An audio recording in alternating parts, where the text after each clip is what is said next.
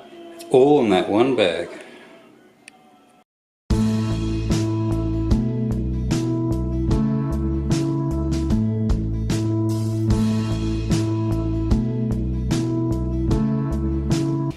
Now, when I first started doing YouTube videos, I did nearly everything on phone. Actually, can't really go too far wrong with a phone. What the more modern phones can do is pretty unbelievable. This one I'm using now is a Samsung Galaxy S9. I'll find out in a minute what the footage is like. I haven't actually used it too much for video yet. I stepped up a bit and I bought a Panasonic G7. The reason I sort of went for that was about 12 months ago I found myself in a situation where I wanted a new camera. I've always been a bit of a photography buff, and now that I sort of starting to do stuff on YouTube, I thought I'll get something maybe suited more for video that can do also photography. And these guys kept on popping up. You can do 4K and whatever, and it's a pretty good budget.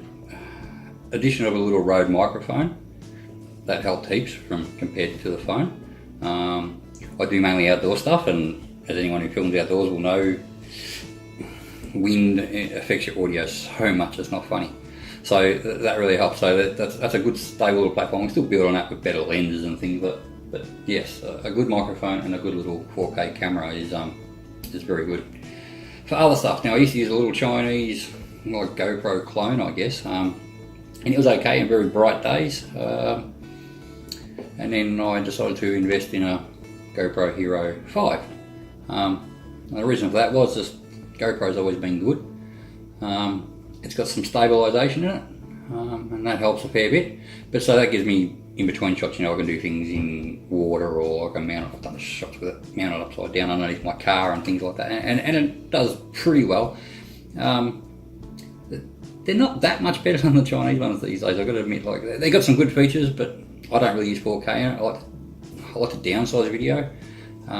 So if I'm going to publish in 1080, I'd like to film in 4K, but you lose the image stabilization and things like that. So I sort of do 2.4K on that, stabilize. That one, if I'm doing clips where I want to zoom in and out, if you publish in 1080 and you film in 1080 and then you want to zoom in and crop in a lot on a shot, you lose a lot of that nice 1080 crispness. You'll start to see it being degraded. So if you film in 4K, you can crop in, a 1080 is 4 times in a 4K screen, so you can zoom in quite a lot and it still looks good. With that said, still these days, even with 4K cameras, when you crop in on things, so when you actually click record, the frame jumps in, they crop in quite a lot, so you need a much wider lens, things like that. So I still do a lot of filming in 1080 just from a general purpose stuff. I wish it did have a 2.7K, but it doesn't actually come on that camera. But that's those. Then, all the rage of the drones. I started off back with an original Phantom many years ago, played around with them. They were good fun, but they're always very cumbersome. There's so much stuff to set up back then, with a little GoPro strapped on it and whatnot. And these days, you sort of got things like this, a Mavic Pro. This guy's great.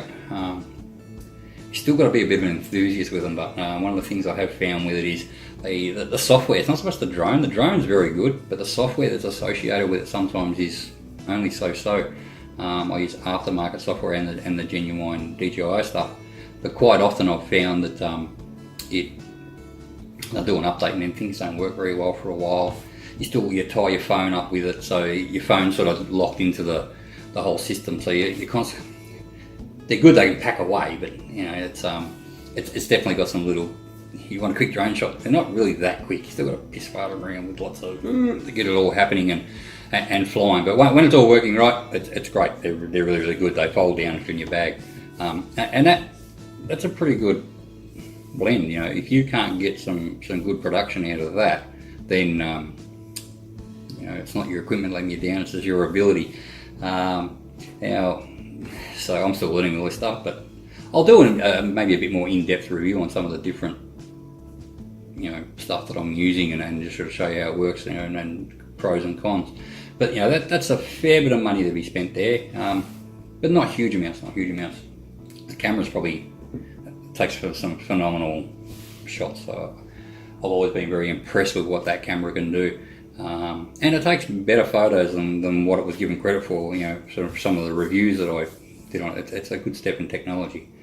And the other thing is a phone. As I said, like I'm filming on a phone now. I'm not sure what the audio will be like. I hope it's not too bad, but we'll see how that goes. Then the last piece of the puzzle, and it's quite an important one. I haven't got it here in front of me to show you, really, is to get yourself a decent PC. You know, I sort of got all this stuff, and then my poor PC went, you know, like, it just couldn't handle the type of demands. For a very basic edit, you know, that would be okay, but as soon as you start going 2.7K videos or 4K, then it really, you know, really felt it. So I bought myself an i7 powered with, I think it's 8 gig of RAM, i7 Pro, so a bit of a gamer's computer actually. So, but it does okay. And it even lets you do some color rendering, you know, so when you're rendering, you can actually do a bit of color grading. Now, I'm not an expert on color grading, I'm not that good at it. I know how to do the basics, but with the software I use, I can get some basic color overlays, and that'll take up a lot more horsepower. But in general, if you can get yourself a decent PC, that's probably one of the biggest puzzles. So when you've got to factor it in, you say, okay, I want a drone. Okay, yep, and there's a drone, there's the money. I want a good camera, yeah, there's the camera, there's the good money, and cards and extra batteries, GoPros and things like that, cards, extra batteries. Definitely factor in for a good PC, and for a decent one, new, you're probably looking in the realm of about a $2,000 PC. I'd love a big tower set up for in the house. Actually, you get more bang computer power wise for your buck than you do on a laptop, but I just don't have a room to set up a desk here, so I have to do it on a laptop, and the laptop does give me the option to take it on the road with me. So that's a little insight to what equipment I use, and hopefully it might help you guys. And yeah, as I said, I'll do a bit more in-depth review on each individual item and what I like and don't like about it, and see how it goes from there. Thank you.